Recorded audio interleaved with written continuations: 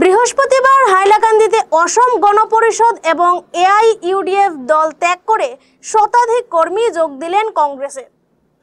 জেলা কংগ্রেস সভাপতি শামসুদ্দিন বড়লস্করের পৌরোহিত্যে যোগদান ও সংবর্ধনা অনুষ্ঠানে প্রাক্তন জেলা পরিষদ সদস্য আফতাব উদ্দিন লস্করের নেতৃত্বে অগপদলে অর্ধশতাধিক কর্মী কংগ্রেসে যোগদান করেন। এদিন জেলা সভাপতি শামসুদ্দিনের হাত ধরে এআইইউডিএফ ত্যাগ করে কংগ্রেসে যোগদান করেন কাটলিচড়ার জেলা পরিষদ সদস্য ইমরুল আলম বরভুইয়া এবং তার সমর্থকরা। এছাড়া মোহনপুর জিপির প্রাক্তন সভাপতি নিজামুদ্দিন বরভুইয়া, অগপদলের প্রাক্তন জেলা সম্পাদক আনোয়ার হোসেন চৌধুরী, অগপজেলা কমিটির প্রাক্তন সাংগঠনিক সম্পাদক রহিমউদ্দিন বরভুইয়া, অগপজেলা কমিটির সহ সম্পাদক এনামউদ্দিন বরভুইয়া, ধলাইমলাই জিপির প্রাক্তন সভাপতি ফখরউদ্দিন বরভুইয়া, হরিশনগর জিপির প্রাক্তন আঞ্চলিক পঞ্চায়েত সদস্য আব্দুল কাইয়ুম লস্কর, তারা সবাই কংগ্রেসের আদর্শে অনুপ্রাণিত হয়ে এআইইউডিএফ এবং অগপদল ত্যাগ করে আনুষ্ঠানিকভাবে কংগ্রেস দলে যোগদান করেন। জেলা কংগ্রেস সভাপতি সহ কংগ্রেস নেতৃবৃন্দ নবাগতদের দলে বরণ করে আসন্ন পঞ্চায়েত নির্বাচনে ঐক্যবদ্ধ হয়ে কাজ করার আহ্বান জানান।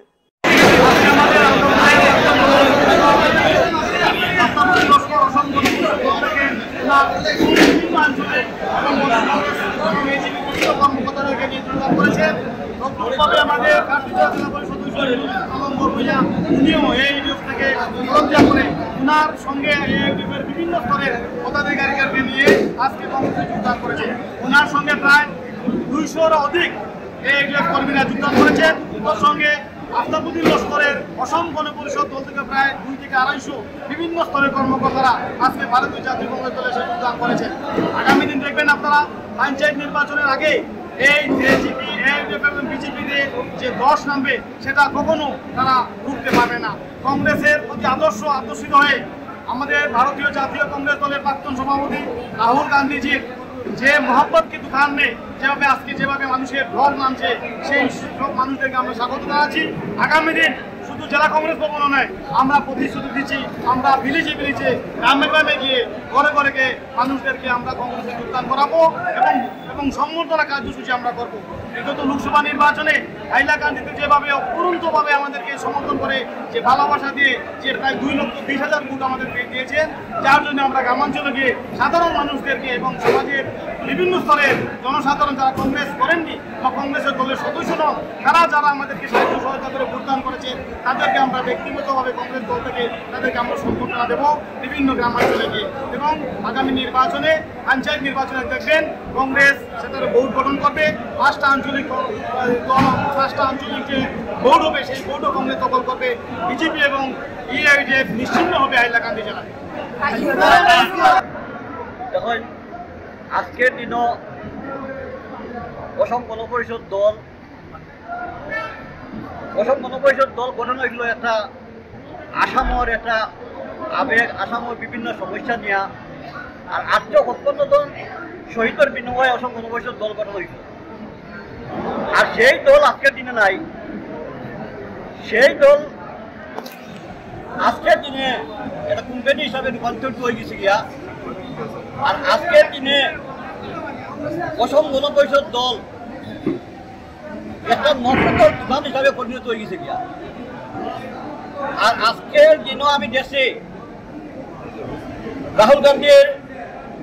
राहुल गांधी जी जे बात नफरत का दुकान बंद है, अब ये मोहब्बत का दुकान खुला है, इसलिए हम मोहब्बत का दुकान में आया।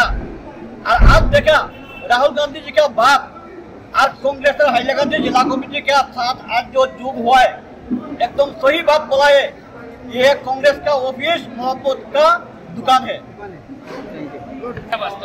এআইইউডিএফ দল থেকে আমি নির্বাচিত হয়েছিলাম জেলা পরিষদ সদস্য হিসাবে কাটলিচড়া জেলা পরিষদ সমষ্টি থেকে। কিন্তু আমি এখন পলিটিক্যালি ম্যাচিউরড হয়েছি। এখন আমি আঞ্চলিক দলে থাকতে চাই না, আমি চাই একটি ভারতীয় জাতীয় একটা দল যেটা কংগ্রেস, সেই দলে আমি থাকতে চাই। সর্বক্ষেত্রেই মানুষ ছোটো গাছের নিচে কম থাকে, বড় গাছের নিচ যায়। সেই জন্য আমি একটি জাতীয় দল আমি আমার কর্মী নিয়ে আমি সেটা মতামত নিয়েছি এবং আমিও মাই চয়েস যে আমি জাতীয় দলের হয়ে আমি সক্রিয়ভাবে কাজ করব।